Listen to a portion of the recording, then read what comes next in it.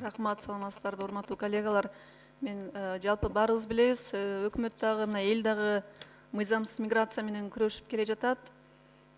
Бирок ушул мыйзамсыз миграцияны мыйзамдаштырып алган фактыларды мына карап анализдеп чыктым да, ошол жөнүндө мен көңүлүңүзгө бургум келет. Тышкы эмгек миграциясынын ыйгарым укуктуу органы жыл сайын ушул тышкы эмгек мигранттарына бизге квотаны бөлүп берет да, ошол квота жылдан жылга көбөйүп баратканы цифралар менен көрсөтүп кетейин. 2015 жылы 5720, 2016 жылы 9380, 17 жылы 11460, 18 жылы 14000 болуп жылдан жылга көбөйүп атат да.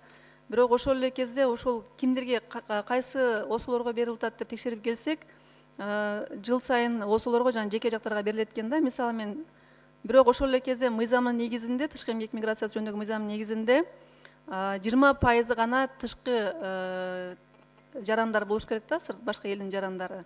Бирок мынакей карап көрсөңүздөр, мен бир нече осону атап кетейин. Осо Саншань Юань деген осодо квота 282 кишиге берилген.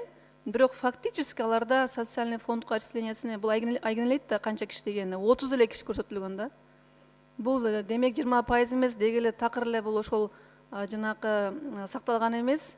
Жана ошол жерде иштеген келген мигранттар булар жөн эле ошол Кыргызстанга тарап кетишкен да, бул осодо иштеген эмес.